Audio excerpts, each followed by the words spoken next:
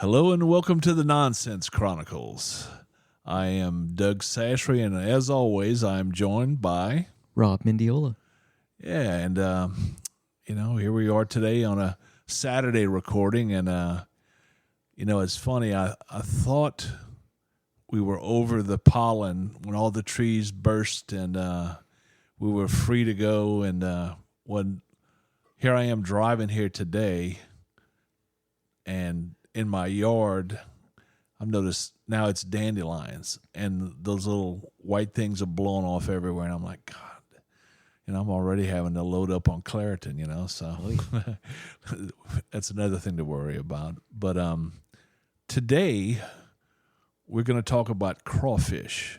Nice. And now, I grew up in South Louisiana in Opelousas, and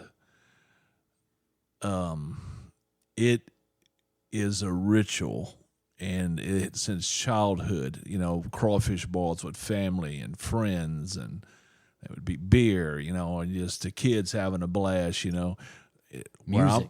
Yeah, and there'd be some music, but where I'm from, like the parents only had to peel for the kids a little bit, and then you got it on your own because, no parent wants to wait because, allegedly back in the day, we said it was, now, not when I had big parties, I'm not spending that much, but it was always 5 pounds per person when you're with your family because, by the time you're done peeling, you get tired before you get full, but how we got them was we all had camps on the side of levees and around bayous. And when the water would we'd pick up and buy crawfish too, but when the water would, come up, we'd set traps out on the sides of the bayous. We'd lift them up, it was like a little flood, but you'd get your crawfish that way, and we catch tons of them like that. And when I was a kid, and when I talked this with our guest coming up in a minute, it was crawfish one part of the year, and it was rice the other. And for what I knew and see my knowledge, that game has changed so much compared to when I was a kid. But what it was, the farmers would fish out of their fields until it got hot. It got too expensive. The rainwater normally in March, April, and May will sustain them. It used to. I don't know if that's still the case. But then if they have to start pumping too much water, it doesn't make financial sense to keep going there. So they would go and you get your crawfish out of the basin, the swamps and stuff like that. But that's how it was when I was a kid. But today we have an expert on our hands. And when I say expert, he's gone from little bitty to a lot bigger since I last seen him. And it's amazing. That whole industry is. I don't think anybody's hurting, they all have to work. But today we're joined by Brennan Lejeune of Aqua Farms Crawfish. How you doing today, Brennan? I'm fine, thanks. That's good, man. And how was the run this morning? This morning, the catch is a little bit up today. We've had some weather issues and putting the crawfish into a moat, which that's when they get rid of the shell, and that's how they grow. And so we see them coming out of a moat and actually going to the bait more today. And it's you can tell the catch is probably 20% better today than yesterday. That's good. We have so many questions to ask on this because a lot of people know about crawfish, but they know crawfish, but they don't really know where it comes from. Now, first we'll start with you. When did you start Aqua Farms? Aqua Farms, I started in 1993. Yeah, and when I met him, he was supplying. I was buying about 550 pounds of crawfish from him for a boil, and yeah, he has gone way beyond that since. His growth is just amazing over there. How many fields do you have total? And let me ask you, I guess, do y'all own all the fields? Do you lease the fields? How does that work? I guess like people lease fields for cattle.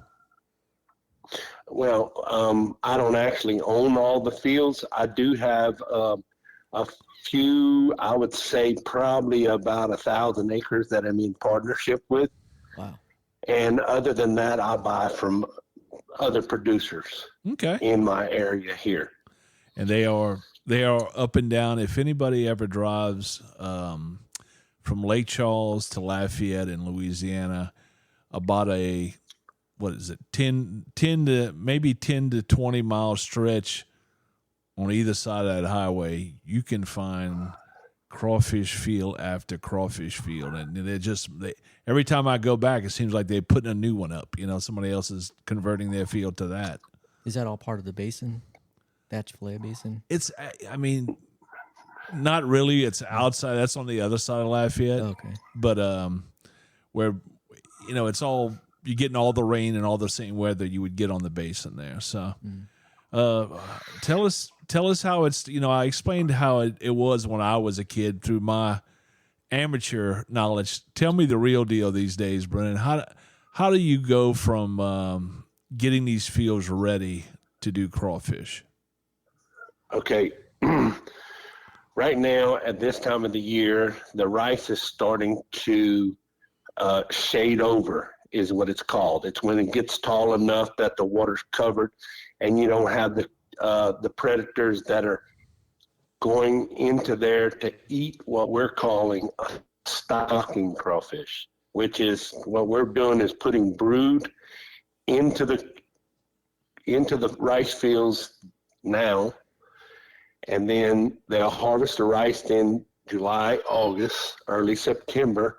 And by October, when the weather starts to cool again in the fall, we'll start putting water back on the fields. And that's when the brood come out, and they actually have the babies on the tail when they come out of the burrow, and they release, and that's our new year crop. That's amazing. The season usually starting in January, but for each brood crawfish that comes out and lets babies go, when they get to full maturity, which it takes 16 weeks, that's one sack of crawfish. Wow. For every brood. Wow. So, we have roughly the ones we put on there, probably a 22 to 25 count crawfish. The brood. So, and that's on a pound, 22 to 25 per pound. And so we have roughly 33 pounds to the sack. So there's a lot of brood. We don't put but maybe 3 sacks an acre, which is roughly 100 pounds per acre. So you're in the springtime into the field. So you're actually introducing the brood to the field. That's correct. Okay. People seem to think that it's in the genetics, how you get big crawfish. We find that to be wrong. It's more in the vegetation. So are they eating the rice, or are you supplementing eating the rice stubble is what it is. And, we have to fertilize the rice to make it grow, and that's how they get what they're needing to grow. And that's how we make big crawfish. And me, I love big crawfish. Oh, yeah. And let me ask you this. Yeah. What's the deal? How often do you have to add water to the fields these days? Is it still, like I said, where it's a game of loving it in the spring when you get lots of rain on a pretty regular basis to where it gets hot, and you can't do it feasibly anymore? Most of the expense from irrigation water comes in the fall, because the fall is normally drier than our springtime. Then we get into winter, and we'll get these fronts blowing through, and we will get some rain out of them to help maintain the water. And then in the springtime, as you said earlier, Doug, in March, April, May, we get rain here. Like we just had rain yesterday, and everybody's happy about the rain because they don't have to put any more expense into it. Mm-hmm. But they're at this point, we're probably going to start stocking in 2 to 3 weeks. And at this point, they can't stop fishing now. So they'd have to put more money into the pumping if we didn't get the rainwater. So, and I can tell you, I say it all the time, the vertical water is better than the horizontal water, which the horizontal being the irrigation just going out of the Oh, you better believe it. wellhead. Let me ask So you now. Mother Nature is definitely better. How many what's the average depth on a rice crawfish field? 18 to 24 inches. Okay. 2 feet. And do y'all use the little boats that trawl up and down would then pull the So it's a hydraulic boat is what it is. And it's propelled kind of like those steamboats that you'd see on the Mississippi River. It's propelled. It's hydraulics. It has a small motor on it, and it goes through the fields and actually raises a cage where it's dumped into a sacking unit where all the crawfish are gathered into the sack, puts another piece of bait, sets it down, picks up the next trap. That's amazing. That's how it's done. It's a lot different than like we used to do and dump them into an ice chest is what you're saying. Yeah. It's come a little ways. Well, a lot of people have gone to the push boat, and you get one guy to push 750 to 1,000 traps per day. Whew. And a lot of people have gone to that because now, since COVID, it's been hard to get parts for the boats when they break down. So that's what's pushed these guys, and they finding that it's actually better because it's less headache when they're trying to get in a rice crop and do other things on the farm. So the push boat is definitely becoming more popular. I can see that because parts are the reliability on getting stuff in right now. It's not there. Nope, it's not. Now, it's not. How does the season? What do you think the season is going to run this year? Like, if you had to give a guess, like by pounds, you mean? Well, no. I normally say I'm open from January the 2nd till July the 3rd.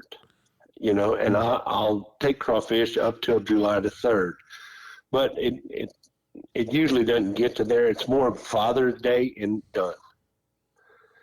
That's that Father's Day. There's a little demand, not quite as much as Mother's Day or Easter, but there's still a little demand there. And, we try and get that last little run at them and usually close the doors. Now, the peeling operation might go a little further than that, but not much. Yeah. Usually by the end of June, we're said and done.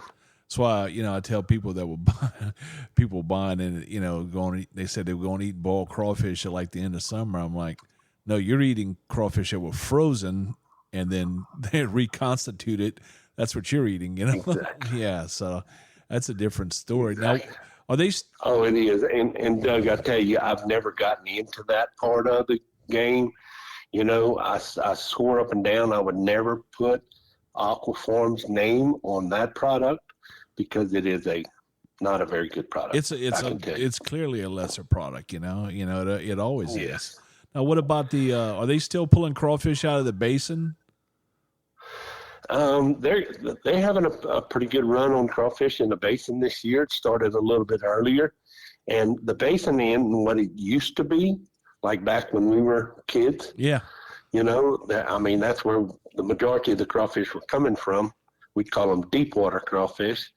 But now, with all the dredging and everything from the oil field and just different, the everything coming down the Mississippi River out of that agriculture area up there, it's tainted the water somewhat. And every now and then, like once every 5 or 6 years, they'll have a pretty good run in the basin. Other than that, it's not much poundage coming out of there. That's curious. Yeah, they now on your when does how does the season run on the tail meat? Like, are you consumers? You go into stores and it's funny. The other day I got a 16-ounce bag from you. you see a lot of people went to the 12. You know what I'm talking about? Exactly. I'm packing a lot of 12s this year. A lot of 12s. That's what I figured. Trust me, I'd rather the 16 because you know as well as I do, every recipe we had in the old days was always geared to the 16 ounce, you know, and that's correct. And I think it's just a price point. It is. These retailers, and that's why they're going to the 12s. But I still do quite a few 16s. Hey. Mostly for the fresh market, you know, which it's distributed here in the state of Louisiana mostly. Mm-hmm. And then I do pack some 16 frozen, which the frozen crawfish have like a 2-year shelf life on them. It's in a vacuum bag as long as you don't bust the seal or pierce the bag to let air in. Your crawfish is just as good as, you know, the day it was put in there. Yeah, don't buy any white crawfish that you've seen. That's obviously been happened into, you know. I went to a local store, I think, one time. It looked like they had some that, you know, God knows where they were from. And, Now, Rob said he saw something, and I knew it came, but you said, Rob, what was the point you were putting about the law? Yeah, the Act 372, 2019, Louisiana legislature, for the requiring the establishments to let people know if they have any imported shrimp or crawfish. That's correct. The Louisiana seafood labeling law is what it is, I guess. That's correct, and you know that's not just crawfish; it's also shrimp, catfish, other products that are imported also. And there is a law; they have to display at the host's desk. They serve imported products, and also on the menu. Yeah, and you know, I really don't like the fact that there's companies in Louisiana. Well, okay, there's products on the market in the tail meat section that have a Louisiana name to it, but they're not made in Louisiana, and it's very deceptive. I mean, you don't know it, but you got to go read on the package. You got to read the labels. And they're trying to fool the people, Doug. You're right. Yeah, and that's exactly what it is. It's Boudreaux and Thibodeau. yeah, that's right. Oh, well, that's familiar. Yeah, no, so yeah, but it's, you know, I am very. There's a few things I'm very protective of. One is crawfish, or any Louisiana seafood, and then the other would be gumbo. And I don't like it when, you know, there's somebody I know that makes a minestrone soup and calls it a gumbo, and I'm like, no, I mean, yeah, Grandma in Mississippi might have called it that, but that's not a gumbo, you know. But it's and every Cajun makes their gumbo different. Believe me. Oh, they do. But yeah, you know, I was explaining that to somebody, my wife the other day. We were meeting with some people, and I said, I've had 1,000 different gumbos in Louisiana, and they all taste great. You know, I haven't had any problem with them. Yeah, so, but no doubt. But so that tail meat season runs from how long do y'all run that every year? Well, it starts. It's a trickle, the latter part of February. Then it starts to pick up around the middle part of March, and from March 15th to June the 15th, that's pretty much when all the tail meat is produced. Now, a big deal on it is how much fat content you can get out of it too, right? That's correct. We've gone to a new system, and a lot of these other processing plants have gone to a new system where we're using continuous cookers, and we're steaming the crawfish, and then they go into a pre-chill and a chill tank, and that makes the fat gel to the tail of the crawfish better. That's good. And we're getting a lot more of that in the bag, which makes a beautiful product. It really does. But there are rules, you know, as far as from the state of Louisiana. We have to have, at least after washing the fat off of the tails and letting them drain for like 2 minutes and reweighing, we have to have at least 0.90 net weight meat in the bag. Okay. So I didn't know nobody's that. Yeah. But if we took the fat out of it, I can tell you, every Cajun would not buy that. They No. want the fat. And no, anybody that's listening around the country, because you can get crawfish tails in just about any, the peeled variety. You can get them about any store around the country, pretty much. That's a thing. Well, you want that fat in there. Don't think of it like me. If I'm getting thigh meat on chicken, I'm trimming that off as much as I can. If I'm cooking a gumbo, you want that fat in there, because if you're going to cook a crawfish etouffee or some kind of fettuccine, you want that. It's almost like your liquid, your gravy, and it's, if you don't do it, you're having to add a lot more butter or whatever, and it's very important to that product, and all that. Oh yeah, no doubt. And all that meat in there is cooked, even though we recook it when we get it. It's already pre-cooked. The tail meat always is. Exactly, it is, and it's all in the handling, Doug. If they follow the instructions on the package, it says to take them out and thaw them in the refrigerator, and that'll take like 24 hours. So you want to take them out 24 hours before you actually going to cook them, and that's the real way to thaw them. When you thaw them in warm water, thinking, I'm going to make a quick meal, it gives them a more of a muddy flavor. I get that. So you don't want to do that. You want to just gradually thaw the crawfish out before using. So is this getting more popular in the northern states? I know it's more of a southern deal for sure, but are you shipping out more to the northern states now? No, actually, I sell to a couple of distributors here in Louisiana, and they ship out? They're distributing mainly here in Louisiana. One that I have, he will sell out of state, but it's like, I got a picture the other day from a friend of mine in Indiana with Aquaforms crawfish. I got a picture from a guy in Oklahoma. There's Aquaforms crawfish. Okay. So a small percentage of my product gets out there, in those states. And I imagine with the social media, I imagine that gets a lot more of these recipes out quicker than what it would have in the 80s or 90s, probably. Very much so. Exactly. Even on our stuff, we have these Instagram chefs that are doing crawfish, and it's good business for all of us. Like I always joke that, I don't eat that much crawfish until about March to April, but I encourage everybody else to do it because it's good for business. Exactly. But and Doug, I'm kind of like you.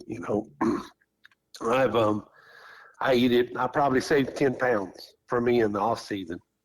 Wow. And it's just for special occasions when maybe family or friends come from out of town, and like from Texas or wherever, they come over and they want to eat crawfish. Well, I have a few packs to make crawfish etouffee. But other than that, as far as just cooking it up in what I call the off season, I kind of maybe eat it once or twice, on my own at home. I do the. Other than that, I like the fresh product.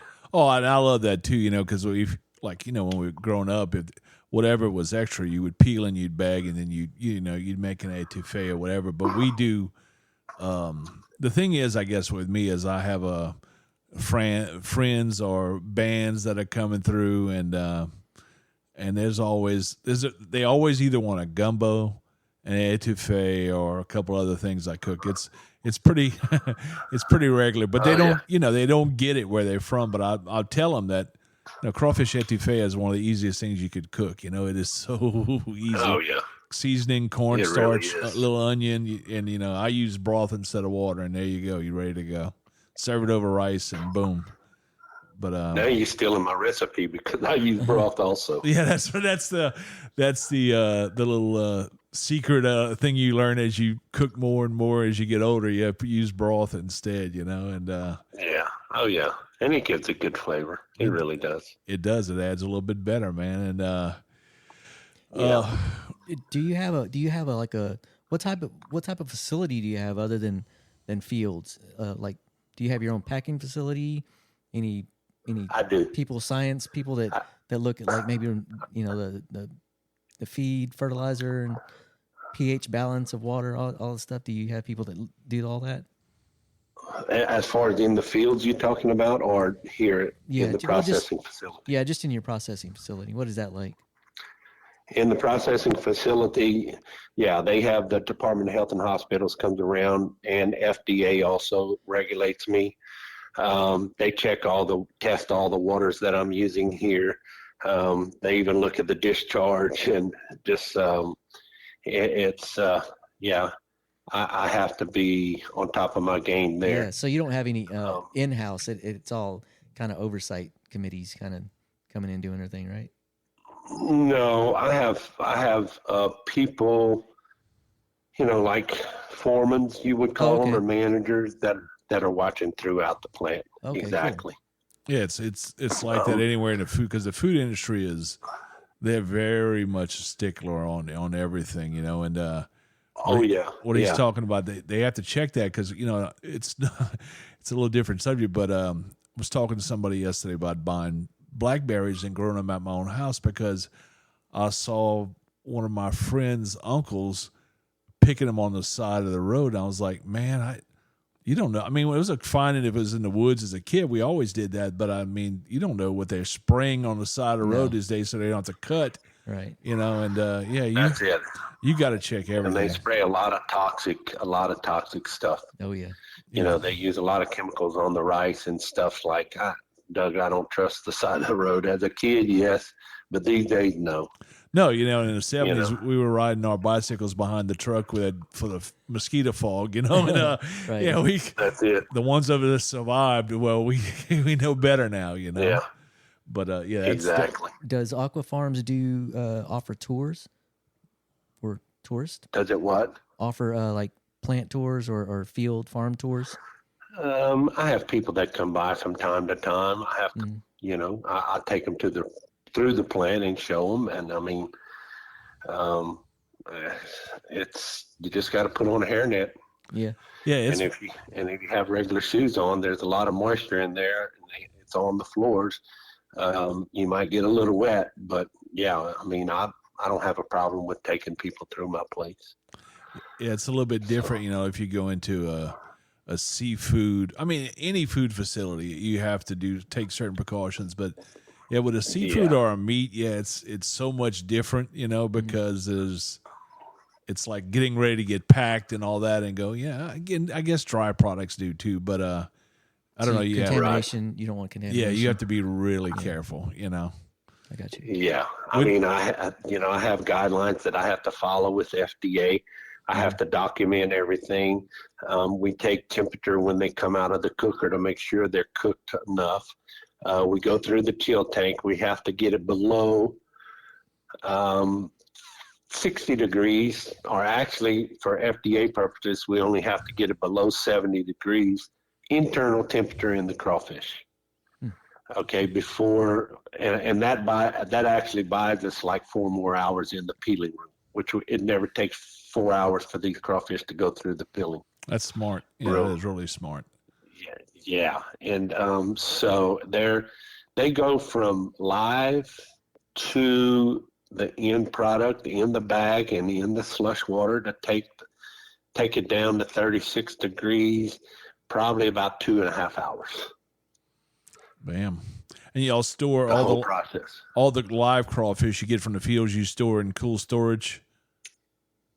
Yes, we have big coolers here that we store what we call live, and that's for the sales to the public, or not to the public, but to wholesale distributors.